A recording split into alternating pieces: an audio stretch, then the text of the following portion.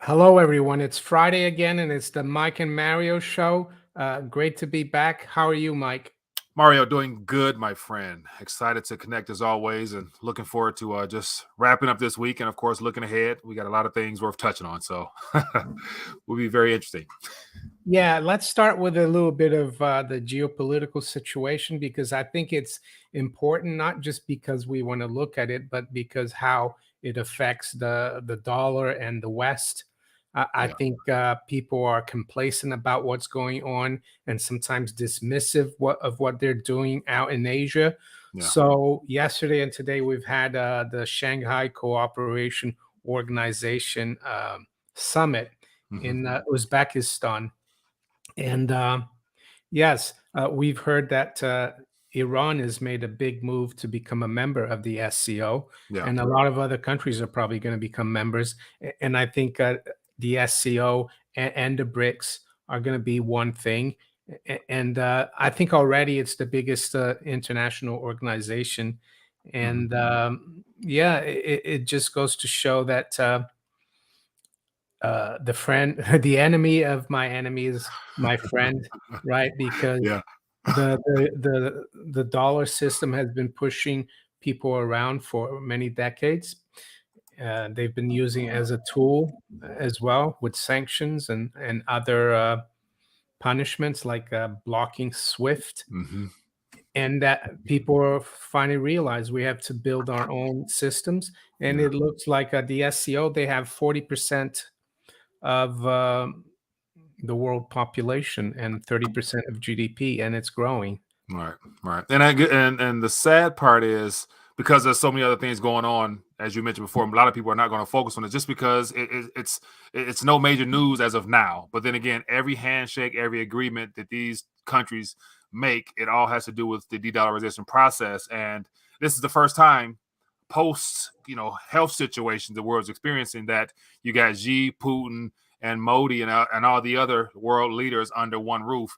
And it's good to say they're going to be having some interesting discussions that will be against the Western's agenda. So we'll jump in, and I want to actually highlight one of the primary little points that I highlighted here. So this is just a brief summary of all the activity throughout the last couple of days, but it's something that Putin said that stood out to me that I thought was worth bringing to everyone's attention. And we know how unfriendly the world has been towards Russia, but here's a quote here. It says, Putin hails the new centers of power at the summit with the Asian leaders. And so he's basically saying that the growing role of new center of powers who cooperate with each other is becoming more and more clear, Putin told the meeting of the Shanghai Operation Agreement. And definitely he's referring to all the people who are actually at that meeting there. And as they continue to come together, and that's, I guess, that new power center that he's focusing on. And so we'll see how the rest of that plays out here. But there's, as you mentioned, there's Modi calls for a transit amongst SCO nations, wanting to have it so that those cooperative nations can travel freely throughout the region without having any hindrances or whatever. So they're making lots of moves over there. And of Yeah. course, we're going to hear more about it as times unfold, I'm sure. And the reason I said the enemy of my enemy is my friend is that you have countries that normally wouldn't be dealing with each other, Hmm. like Iran and Iraq. Apparently, there's going to be a railroad being built Hmm. for the One Belt through those countries. You have Iran and Saudi Arabia, who have always been at odds with each other. They're working together. It looks, I, I wouldn't put, yeah, I wouldn't discount Saudi Arabia joining. Hmm. The SCO or Right. even the BRICS eventually.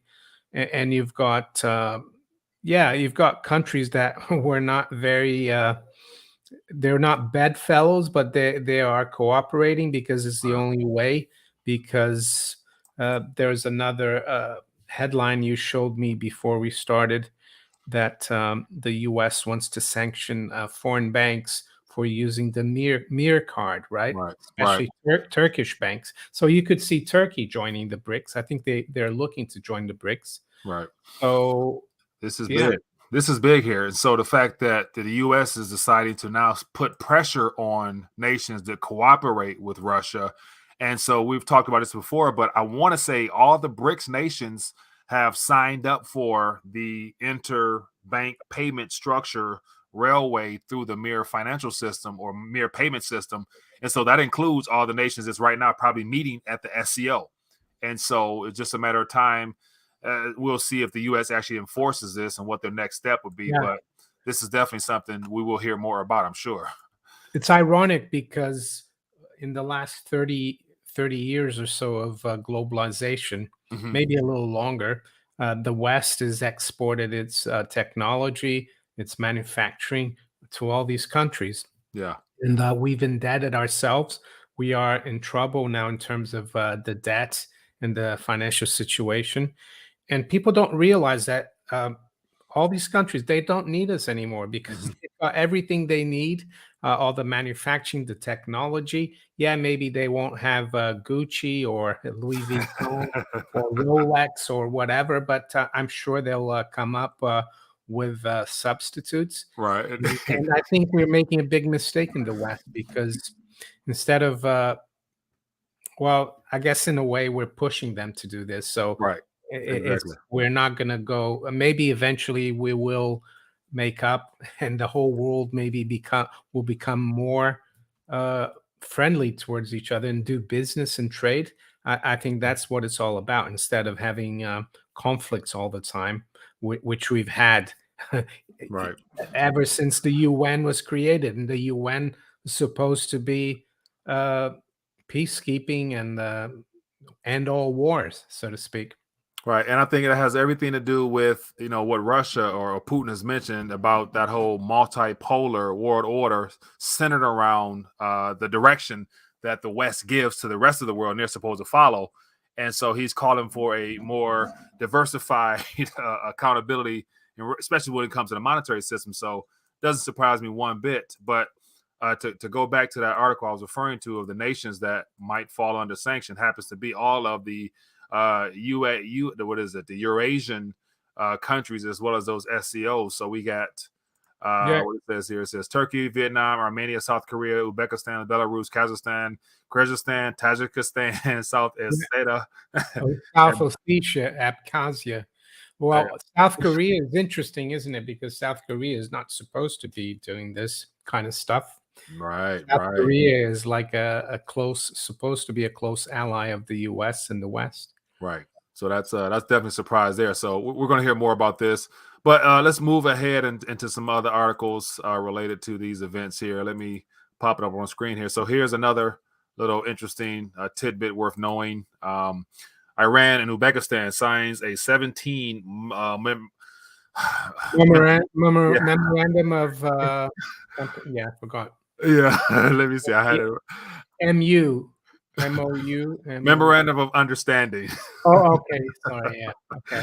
As the two countries seek to expand their bilateral ties. So while the West is bickering and arguing, those guys over there are just signing away and further uniting Well, outside of the Western control.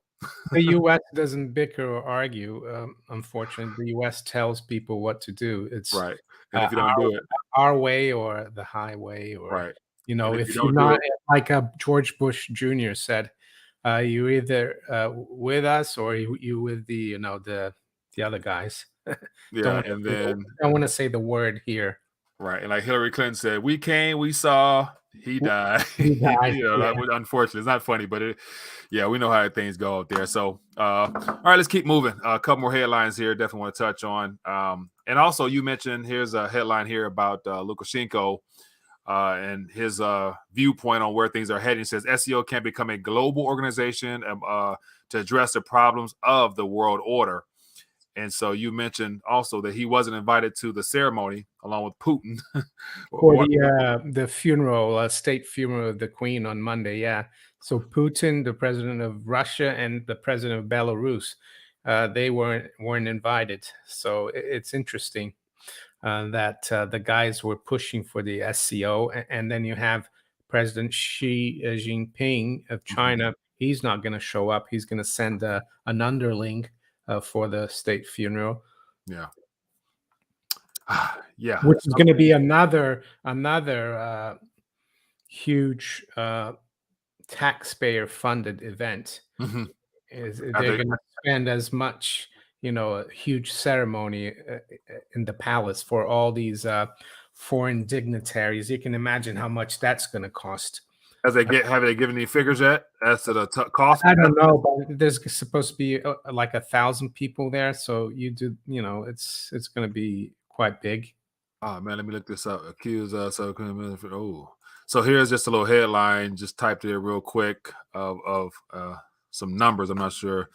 It says this from New York Post here. It says Queen Elizabeth's 7.5 million funeral security costs will be prices in UK history. Yeah, well, that's just the security. Right, that's just the security. So wow, like Mm. yeah, Britain's taxpayer funding at use there, huh? Mm. I had an interesting interesting back and forth rant the other day, just talking about the monarchy and how, outside of the mainstream media flooding us to remind us of its importance, on the underside of things, there's a lot of people in alternative media space expressing their displeasure. I've actually seen signs of people out in the streets along, I guess, the funeral processions type of things, expressing their displeasure. And so it's like, yeah, it's just they're trying to keep it in the forefront of our minds, but the rest of the world Yeah, would rather move on. yeah, but there's a lot of people. Uh, the majority are like there to do the opposite. Mm-hmm. The monarchy is still very popular with a lot of people in this country. So Yeah. Now, so as far as the because MW says traveling around to 4 countries, not sure. Will there be will her coffin be well, I think before or she died in Scotland, so they moved it from Scotland to England. But I think Prince or King Charles now he Mhm, he he went to Scotland, to and then he went to Northern Ireland. mhm. Uh, I don't know if he's going to Wales. Usually they overlook Wales, but yeah, I mean that I think that's what he means 4 countries because Okay. the United Kingdom they call it the home countries, England, Wales, Scotland, and Northern Ireland. Yeah. All right, let's keep it moving.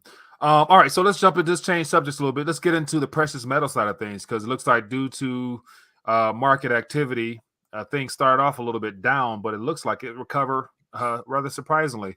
Yeah, I find it interesting that I looked at the markets today and saw that everything was in the red, including gold and silver. And I'm thinking, like, how is it possible that everything usually trends downward at the same time? Because in prior times, it would always be the reverse. As something tanks, something else, picks up on the other side. But here we are today. But it looks like gold and silver is back up in the green slightly. yeah. And yesterday, gold, and this morning, during London time, gold broke like the lows for the Mhm. last 2.5 years. Yeah. So technically, it wasn't very looking very good. It was around 1660. So the fact that we've come back up like this while the stock market at the moment is still Still down down. Right. 350 points, the Dow, it's quite encouraging. And the other thing as well, yesterday gold had a bad day, made Hmm. a new 2.5 or 2-year low, but silver didn't make a new low, a recent low, because the recent low was below 18. It stayed around just below 19. And today, silver's leading the way again. Yeah. Silver's up like 1%. It has been up more, and gold is up 0.5%.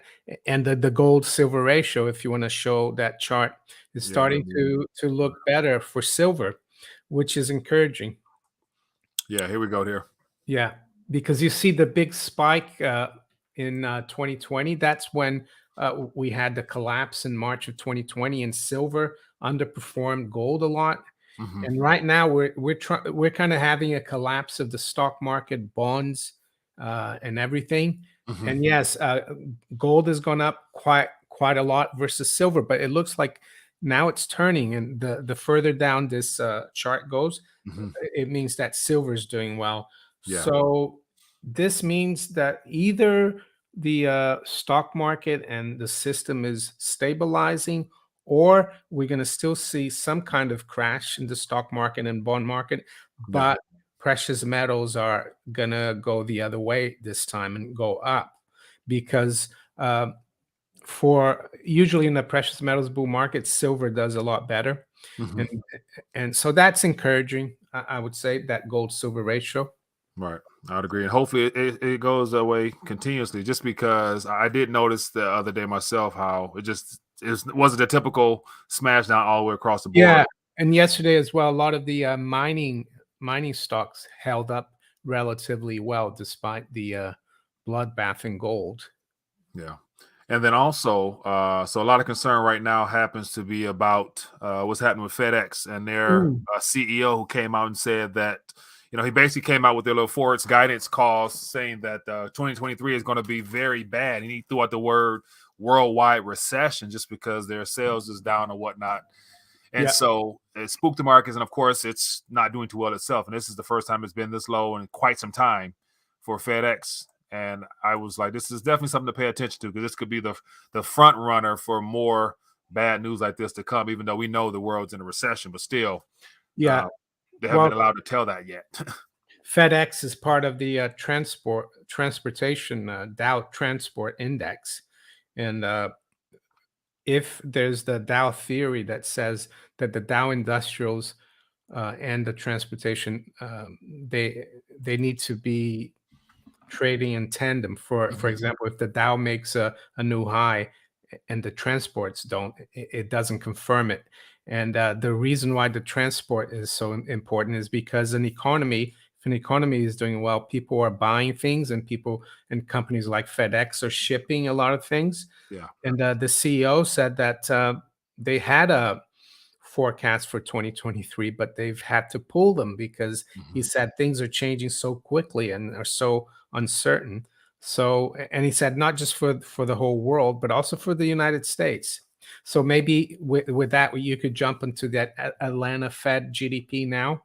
Yeah. Let me grab that one. Here we go. Yeah. Here we go. Right there. Yeah.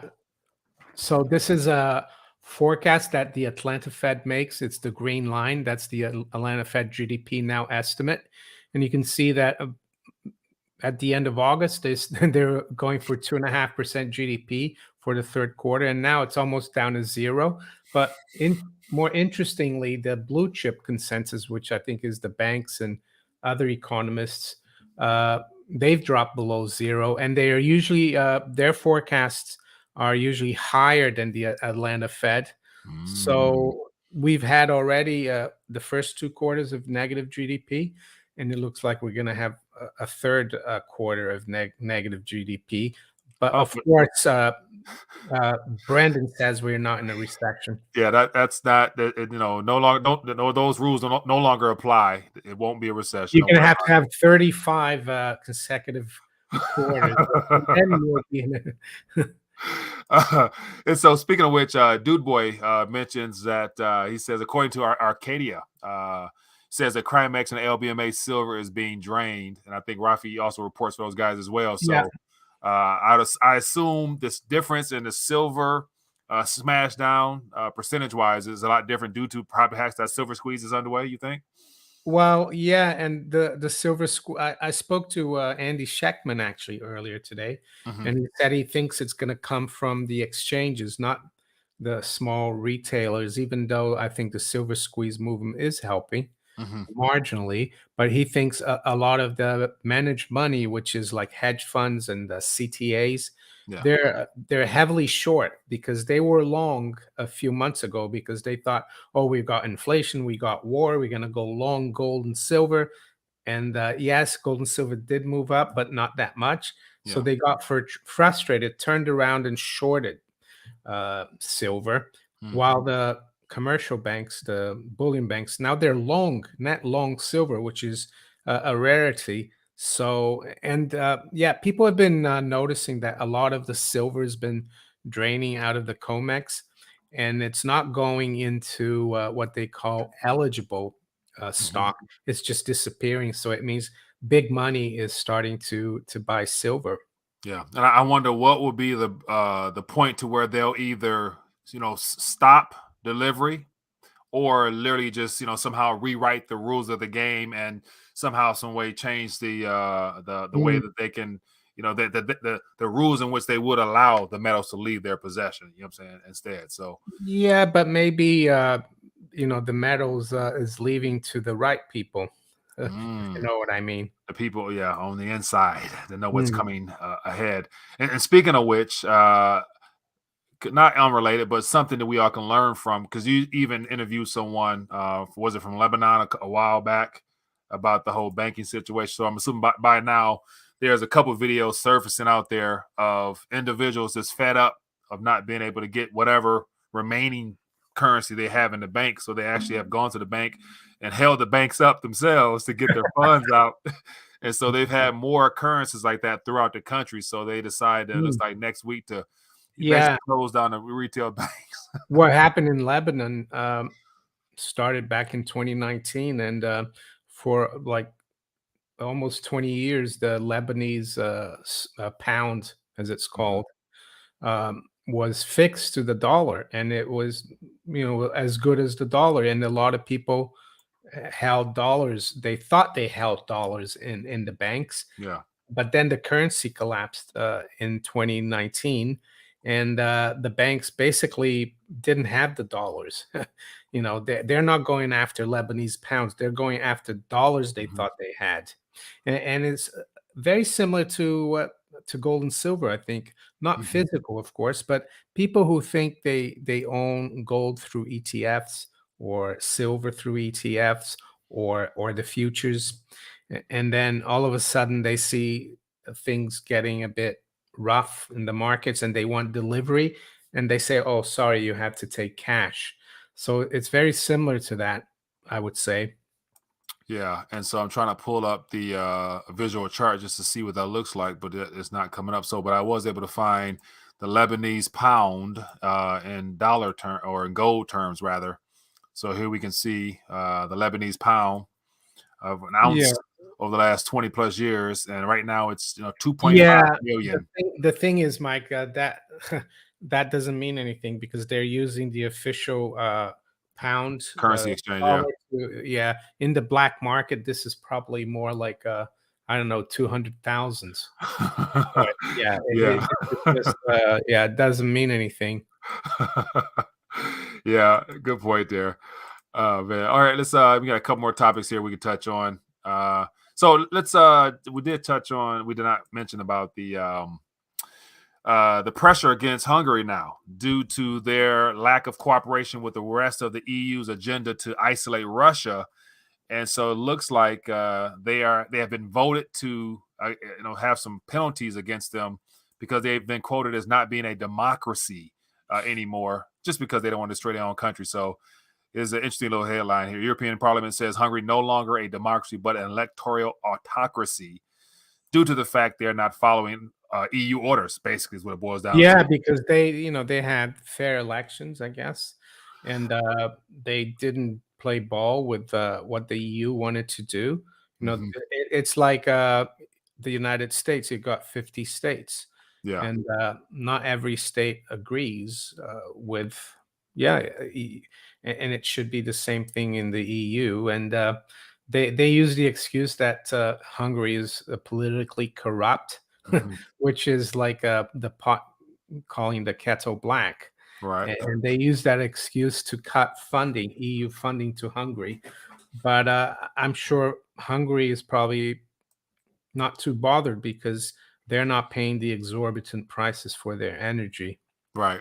And speaking of which, a part of that whole concern that might be a reason why is the fact that it was reported months ago that Hungary was ready to pony up some rubles and actually pay for their energy. So, assuming that went through, but I'd imagine this factors in as well as to why they've jumped ship, and blaming them for being a electoral autocracy. Mm. But yeah, so I wanted, will this be eventually a sign of the unraveling of the EU? Because based upon different nations in different positions right now, more nations were heavily dependent upon Russian oil than some other ones. So it looks like the eastern wing of the EU area are the ones that are on the fence more likely, whereas in the southern areas that are all heavy EU, like Yeah, for example, France, I'm hearing their energy is good. They're supplying energy supposedly to the northern yeah. nations. Is that correct? Well, the French government is subsidizing a lot of the prices, but I read somewhere that because France, I think 60 or 70% of its electricity is generated by nuclear, Hmm. but apparently more than half their nuclear reactors are either closed or under repair. So I'm not sure how long that will last, the contained prices. But what you asked there about the breakup of the EU, I would say it's probably the the time in which there's the biggest possibility of Mhm. such thing happening. Yeah, And I think we'll have to wait until next spring to see yeah, how the winter goes. If it's a very cold winter and very difficult, you could see people, you know, in different countries say, "Oh, we want to make up with Russia because we don't want to be in this situation right, next winter." And then some people will say, "Oh, but we're going to become independent of Russia," but it's going to take years to get the infrastructure going because the natural gas and a lot of the energy from Russia was something that was set up during the Cold War in the 60s. The hmm, Soviets are already shipping natural gas to West Germany back when you had the Iron Curtain. So you can't it's not do easy that. fix. Yeah, Yeah. So yeah, maybe yeah, I think it will be, but right, who knows if the EU survives or not? And you also have the financial aspect of all the debt, hmm, that the eurozone countries have. yeah, Sorry, no problem. because a lot of people forget that you can be part of the EU but not in the euro. Hmm. So if you're in the EU and use the euro, you're in the eurozone. So that's another big problem there. You could have a collapse of the monetary system or a Yeah, collapse in political, you know, structure. Yeah. structure. Yeah. Interesting. So, Chris, we'll get to your question in 1 second because I want to mention this as well in reference to the whole EU situation, just to show how dire things are there. And so it talks about firewood prices, shortages spell cold winter for Europe's poorest. And so when you got a scarcity of firewood, I'm thinking like, obviously all trees don't burn the same, but I just thought this article just shows how serious things could be this winter due to the energy issue when you got firewood prices skyrocketing as well. So, Mm. yeah, so basically by spring, as you mentioned, we will have a better understanding of the status of the EU in its entirety because I'm seeing a lot of reports also about Germany, literally like concerns of Germany having had too much power over the last decade plus to where they're taking the biggest blunt of things as Oh of right yeah, now, it because it's the seems. biggest. They're the ones who need the most energy because they still manufacture a lot of things. They haven't been completely hollowed out. Their Yeah, manufacturing, even not though. yet. Mhm. So, Chris, we'll get to this. So it says that if the Fed decides to fight inflation and the banks start failing, they will have to let them go. They can't fight inflation and print money at the same time. Is this correct? Thanks. They're not letting the banks go. I don't. I mean, the banks are in position as a primary focal point of the central banking system. So I don't think it's going to be an easy just let them go type of thing just because the big banks are shareholders in central banks. So it's it's a they exist basically to make the banks whole, in my opinion. So I'm not Mm. sure how to play out though, but I, uh, I, yeah, what do you think? I think the Fed's close to stopping raising rates. I think Hmm. they'll raise next week, Hmm. but things are getting quite rough. Hmm. And I think they'll find an excuse. Hmm. And then if inflation keeps going higher, which it probably will, they'll blame it on another crisis. And Serious? I yeah, just I find think I that find it that hard. that that that could happen, I don't know, but I don't see the purpose of the Federal Reserve is Hmm. to always bail out the banks. Yes, Right. sometimes they let 1 or 2 go, so It's it's one of the not or that obvious, but the central bank, was created by the New York banks, Mhm. JP Morgan and those kinds of banks to, basically use taxpayer money to bail them out, and they've done that for well, for over 100 100 years. years, yeah, yeah. Now I swear. So basically, you think this is going to be the last rate hike, and then they're going to pivot and use No, no, no, I don't or think just stop or pause. yeah, they'll pause. So, And so the QE, they haven't really been doing that much. mhm, They said they're going to do 45 billion every month from June, mhm, but if you look at the balance sheet, it's barely moving lower. Yeah. So they'll find an excuse, I think. Yeah. I just think it's. I think they would. It'll be. I can't even say in their best interest, but to push it to the limit and use something in a system breaking as the reason why they try, rather Well, than yeah, but just keep things paused. Because if they hike another 75 basis points and just keep it there and just wait and see how things play out and try to deal with issues as they arise accordingly, then that prolongs thing. I just think I think they won't do anything. the economy is breaking already, though, Yeah, because we've had the 30-year mortgage rate above 6%. yeah. It's more than doubled. The consumer's feeling it. You can see the GDP forecasts. You Hmm. see FedEx. Hmm. I think we're there already. Yeah, and I think because of the midterms. So the midterms to me could be the reason why they are not trying to admit anything by pausing prematurely, because they are still running on the fact that things are what they call a growth recession. They're trying to orchestrate a growth recession. I heard the headlines, and so however that is, whatever that means, that they want to still trend upward with these rate hikes, in my opinion, just Yeah. until they get through midterms, because But all hell will break loose next year well, without a doubt. You can't hide that, I don't think. I'm not sure the midterms makes a difference because back in '08, the whole Hmm. thing almost collapsed in September, October, Yeah, just before the midterms, and then they threw everything at it. but that was the So they introduction. might they might do the same thing now. That was the introduction of quantitative easing, though, Yeah, yeah. to the world. And so Yeah, now the world has been already. So you think and they go back to that? they bailed out the banks as well with TARP and Hmm. everything. They bailed out AIG. Hmm. So they could do the same thing now, Yeah. and So they maybe can use that. They can use their old tricks up their sleeve. Just go back to yeah, that. and say we saved everything. Vote for us. Yeah. So Chris, I guess long-winded answer to your question about the banks. I don't see them doing anything that would hinder the furtherance of the domination of the banks over the world economy. Like, I think the G-SIBs will definitely, because they have the most systemic risk globally speaking. So I think they're going to try to do something to not make them whole. But then you got to realize that the Dodd-Frank bail-in is still a part of the equation as well. So they're going to have some capital, I think, somehow, some way. And talking about banks, maybe you could put that tweet about Jamie Dimon, what he said about the economy. Oh yeah. Let me actually, I didn't pull that up. Let me grab it real quick. Shoot, and go back here. But chime in on that one, because I did not mention it. I did not grab that one, but I'll grab it real quick. I gotta go Yeah, back to my. Jamie Dimon saying that he said a month or two ago that we're facing a hurricane, Yeah. economic or financial hurricane. Now he's saying J.P. Morgan warns the U.S. Is headed towards something worse than a recession. So I think it's breaking already. That's what Mhm. I mean. Yeah, Yeah. you don't have to have an accident maybe in the markets, but in the economy.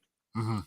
Now, so the only thing we have to compare in reference to what's worse than a recession is a depression.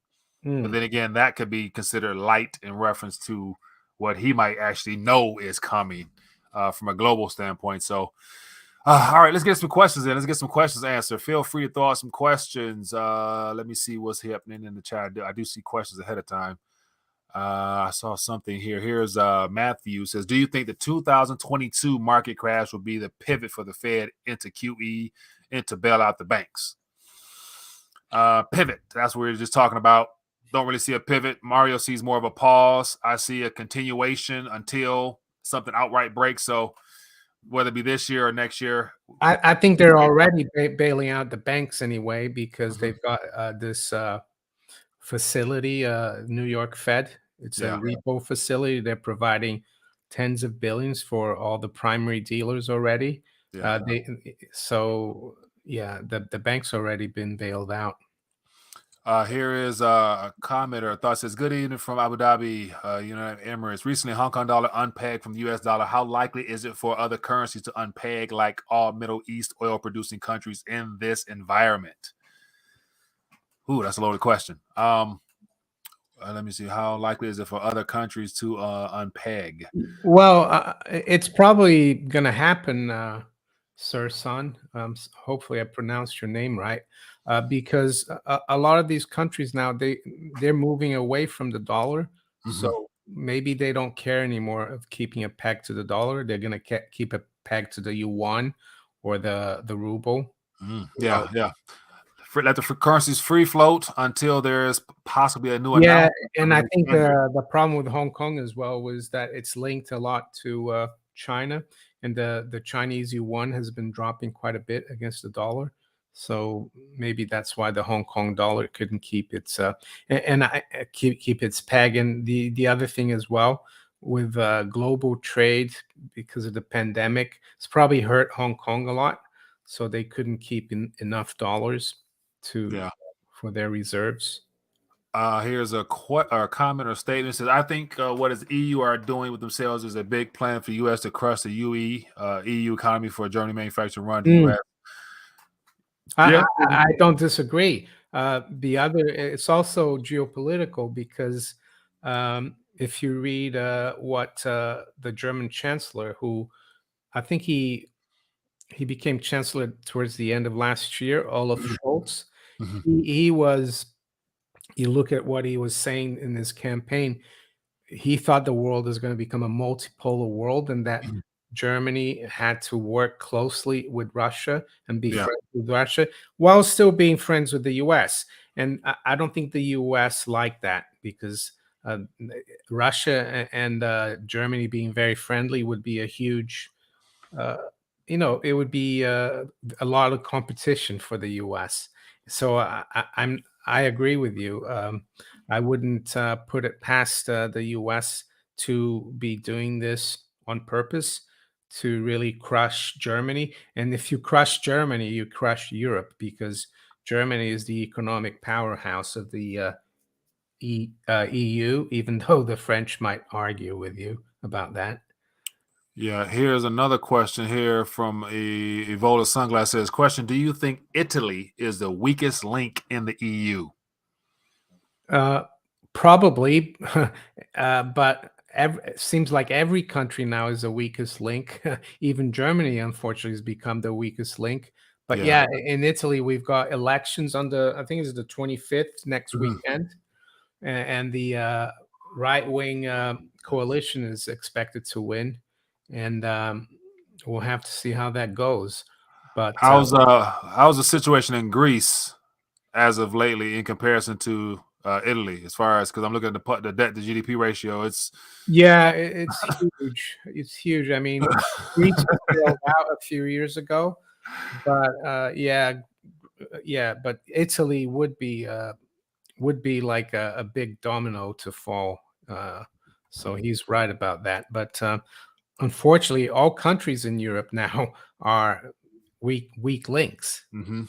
because of the of this of them shooting themselves in the foot. And I heard yesterday Ursula von der Leyen, who's the president, EU Commission president, German woman, she said, "Yeah, we'll be with the Ukraine till the end, until we need to." So Yeah.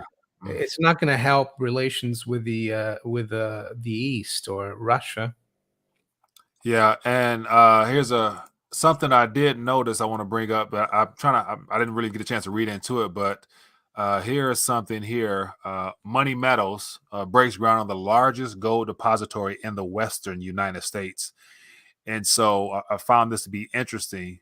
40,000 square foot vaulting and fulfillment facility in Idaho. So they definitely got plans on getting their weight up and holding some weight. But I wonder how and why this will unfold in the months ahead with this particular establishment here. So, but that's always good news. I mean, it's depository. But Hmm. then once again, if society breaks down, Yeah. how would that fare out? I don't know. What else we got here? Any updates on the railroad strike? Ray, great point there. So they have a temporary agreement of some kind, but I'm hearing it's real shaky. Like it's more, Yeah. Well, might be more say so than actually some signatures signed that make a difference. I heard that they're offering them now like a bonus of $11,000 Mm. and 25% pay rise, backdated to 2020. I mean, that's inflationary, or maybe they're just trying to pretend that, or they're just trying to delay the inevitable. I think the Mhm. last rail strike in the US was in 1992. So it would be a big problem for the economy and the supply chain. It says tentative, doesn't it? I guess we'll find Right, out right, over the exactly. week, over the weekend, if it It, gets better or not. or somehow, some way, it can be drawn out over the next couple of weeks, whatever, just to try to quiet it down, pacify. Because I'm hearing more, it's more of a labor conditions concern than I mean, a pay, of course, but then labor conditions are extremely tough on a lot of people, which is something they wanted to have addressed. What else we got here? How say? Okay, it says Aaron says, "Have you been paying attention to the 10-year bond market?" Yeah, yeah, I have. I mean, the yields there have crept up almost to 3.5%. They have been near there for the last few days, so it seems like the Fed, or yeah, they're probably buying here to keep it below 3.5, because I Mhm, think it's an important level. It's the highest since June early this year. mhm. So that's why they're trying to keep it below that level, I think, because if it goes through that, we could be at 4% very, very quickly. And that's affecting mortgage rates. That's why the 30-year mortgage is the highest since the '08, the great financial crisis. It's at 602, I think. Yeah. And then on top, I mean, I see more and more articles talking about the inventory, housing inventory in certain areas that are like astronomical highs right now. And I'm seeing people share their stories of what's happening in their neighborhoods, talking about just the valuation of the homes are just unaffordable, man. And I'm Oh, like, you mean housing inventory is low? yeah, no. I'm sorry. Houses for sale are starting to pile up. Houses that are listed Oh, for sale so are piling prices are up. probably they're gonna have to So lower price. prices are coming, yeah, are coming down, but because they're so overly inflated, they're still viewed as being, out Yeah. of reach for some people. So here's just more details here. Mortgage rates hit 6% first time since 2008 housing crash. So definitely not good, and it's catching the attention of more of the mainstream news sources. So Yeah. that's never a good thing. What else you got? You see any more comments out there? What else we have? Let's see. I just God is real, no doubt. American freight is the number one public rail sucks. If inflation is caused by supply shocks, don't higher interest rates make it more expensive to create new supply? Well, I'll answer that. But if Inflation is the creation of currency and credit out of thin air, and it's a monetary phenomenon. Supply shocks, yeah, they help prices go up, but inflation's been created already, for decades, because we are in a fiat currency system. Mhm, But you're right, when you raise interest rates and the economy is highly financialized, you're gonna put a lot of businesses out of business. And if there's less businesses out there, there's gonna be less services and products, and so the supply is gonna go down, uh, and prices are going to stay the same. That's why I think we're going into an environment where basic necessities, everything we need, mhm, not like discretionary stuff, those prices are going to stay up, mhm. while things that are luxury and that you don't really need, they're going to go down. Right. So Yeah. Here's another question. Says, do you think it's possible we still have high inflation in needs like food and energy, but that's the what I just inflation? said. Yeah. Okay. Yeah. Yeah. Good point. Good point Oh, there. yes, yeah, yes to that question, because that's what we just said. That's that hyper stagflationary environment Hmm. that I be talking about a lot of. It's gonna be unimaginable highs in price valuation of certain things. Indy asks, maybe Uh, you want to answer that. Where do you think silver will be uh, by Christmas? Will still be in my hands. yeah, exactly. Like between now and then, I definitely will be getting more of it. Like as far as I the got USD some. price, I got some quarters here, 64. yeah. Some But pretty boys. well, So yeah, a price I'll stay away I from don't. prices, man. I'll stay away It's from it. difficult. Yeah, there's a lot of people predicting $600 silver, and yeah, Cliff High's been saying that for years. Right. So Maybe he'll be right. wouldn't hold my breath. But But the world wouldn't be a very safe world with $600 silver. exactly. So here's a better question, Indy. Between now and Christmas, how many ounces or kilos can you stack for yourself? Should be another question worth That's a considering. good way to look at it. Yeah. How many ounces will you be able to accumulate between now and then? You know what I'm saying? That's more what I would be concerned with I bought myself. some silver yesterday. So Yeah, I'm on auto ship, so are you? Oh, okay. yeah, partially. It's my own auto ship. It's my own little thing, yeah. But I make sure I get my own product. So, question is, last week, to who to look after your kids? Oh, Morris, well, who do you look after? Who to look after your stack? No one but Billy. I think Billy would have, but not. I wouldn't have a politician look after my stack. It's good to say they're gonna take it. It won't be there. What else? Where do you say? Okay, I don't see more good questions. All right, so we're about 45 minutes. We'll get ready to dial back. So next week we got the Fed meeting. We're anticipating 3/4 of a point, I think and so. Yeah. and There then we'll was keep talk moving from there.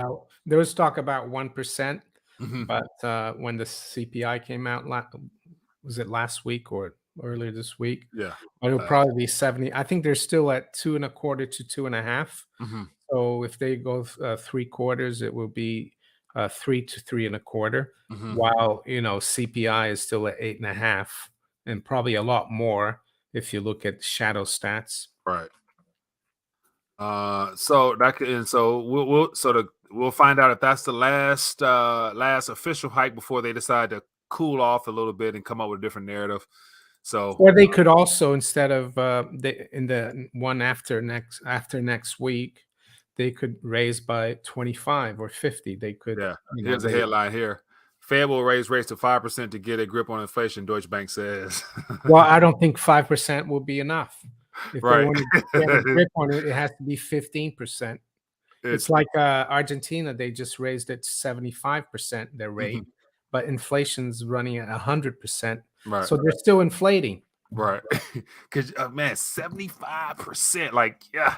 Like just I mentioned this a while ago, but just the savings rate, the interest rate on savings is like 30 to 40%. They're giving 30 to 40% in pesos on your bank account. But yet once again, I'd still negative. wouldn't keep pesos though. Exactly. Exactly. So it's like, how can you sucker people in and stay? But anyway, I'm sure they're doing it. All right, people. As always, Manico64. Make sure you go check them out if you haven't already. RTD over here, you know me. Anyway, any good news you want to leave us with for the weekend? Good news. Yeah, anything worthwhile? Well, just yeah, just enjoy life, and like you say, work on the spiritual side as well, Mm-hmm. and Definitely. be nice to people, even to people you don't agree with. Right. Exactly. And also, man, like I know weather's changing here. It's starting to get a little nippy. So fall is around the corner. So enjoy the rest of this little bit of good weather you got wherever you at. Unless you're already somewhere where it's already tropical, then I mean, never mind. I'm not mad at you there. But anyway, be blessed, be safe, have a great weekend. We see you guys next week. Peace.